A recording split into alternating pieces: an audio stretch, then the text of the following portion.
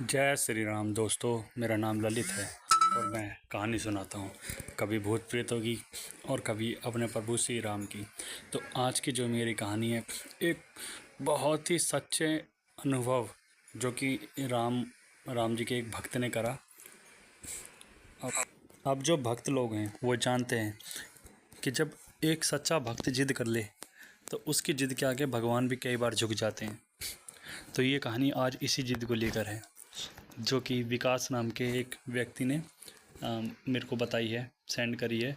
और सच्ची कहानी है। देखिए, इसमें कोई झूठ नहीं होगा, क्योंकि ये जिस व्यक्ति का मैं इसमें नाम लूँगा वो बहुत ही आदरणीय व्यक्ति है हमारे समाज में। और प्रभु श्री राम का नाम लेकर और बजरंग बली का नाम लेकर तो कोई झूठ बोल ही नहीं सकता।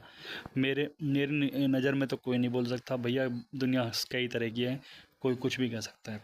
तो ये कहानी जो है हमको भेजी है विकास जी ने, जो कि दनकोर ग्रेटर नोएडा के पास एक गांव है, उसमें रहते हैं।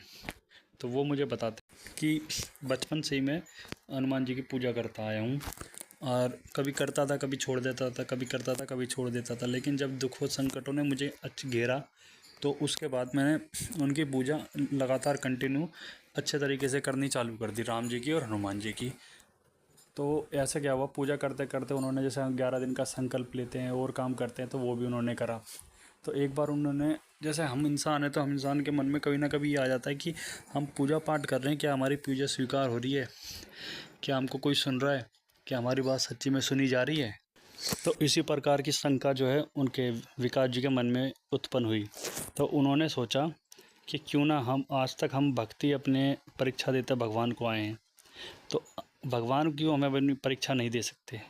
तो उन्होंने जिद ठान ली कि प्रभु, अगर आप मेरे को सुन रहे हो और मैंने आपकी भक्ति और जो भी मैंने काम करता हूँ, नाम लेता हूँ आपका, सच्चे मन से करा है, तो कल के दिन आप कोई ऐसा चमत्कार कीजिए कि जिससे मुझे पता लग जाए कि मैं आपकी जो भक्ति कर रहा हूँ वो भक्ति स्वीकार हो रही है, और आप मेरी भक्ति को सुन रहे हैं। तो उसके बाद उन्होंने मन में सोचा, चलो मैं ही आपको बता देता हूँ आपको क्या करना है।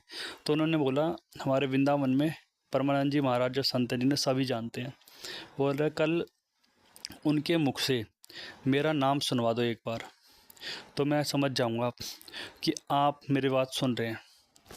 ये मेरी पहली शर्त। देखिए, पहली बार में तो मुझे भी यकीन नहीं हो रहा था। मैंने उनकी कहानी सुनी, लेकिन उन्होंने मुझे सबूत ऐसे दिए जो कि वीडियो की लास्ट में मैं ज़रूर ऐड करूँगा, आप ज़रूर देखना उन वीडियो को, उस ऐड जो भी उन्होंने सबूत दिए। तो उन्होंने मेरे से बताया कि मैंने भगवान से, मतलब प्रभु श्री राम से बोला कि आप मेरे को अगले दिन परमानंद जी महाराज से मेरा नाम उनके मुख से सुनवाओ, और उसके बाद मैं मान जाऊंगा कि हाँ, आप मेरी सुन रहे हो, आप मेरी जो भी मैं आपसे बात करता हूँ आप तक वो पहुँच रही है। और वो बताते हैं कि ललित जी, यकीन करना, अगले दिन जब मैं अपने जॉब पे था और उसके बाद जैसे मैंने नॉर्मली अपना वो चलाते हैं, मोबाइल वगैरह चलाते हैं, तो परमानंद जी की वीडियो जैसे मैं रेगुलर देखता आ रहा हूँ, कभी मैं बहुत ही कम ऐसा होता है कि मैं नहीं देखता, रेगुलर उसमें देखता आ रहा हूँ, लेकिन आज तक मैंने कभी नाम उनके मुंह से अपना नहीं सुना। और अगले दिन मैंने हकीकत में राम जी की कसम खा के वो बताते हैं कि मैंने उनके मुंह से अपना नाम सुना, और एक नहीं कई बार, विकास विकास, मतलब हर जो, मतलब वो भी जो भी कोई बात कर रहे थे, बात हो रही थी किसी के उसको लेकर कि ऐसा विकास हो जाना चाहिए, ऐसा होना चाहिए, तो उस चीज़ को वो समझ गए और देख के इतने प्रसन्न हुए कि वाह, आज दिल खुश हो गया। और यकीन मानिए, उसके बाद बताते हैं कि मेरा दिल इतना खूबसूरत रहा, इतना खूबसूरत रहा, मेरी भक्ति में इतनी बढ़ोतरी हो गई, और मैं बहुत अच्छे, मतलब मैं अपने हिसाब से जो पहले मैं भक्ति करता था राम जी की, और अच्छे लेवल पे करने लग गया। उसके बाद फिर आते हैं हनुमान जी। एक दिन जैसे मैं संकल्प लेकर हनुमान जी की पूजा कर रहा था, तो मैं क्या करता था, पीपल के पत्ते लेकर एक पत्ता लेता था, 11 पत्ते मैंने नहीं लिए कभी भी।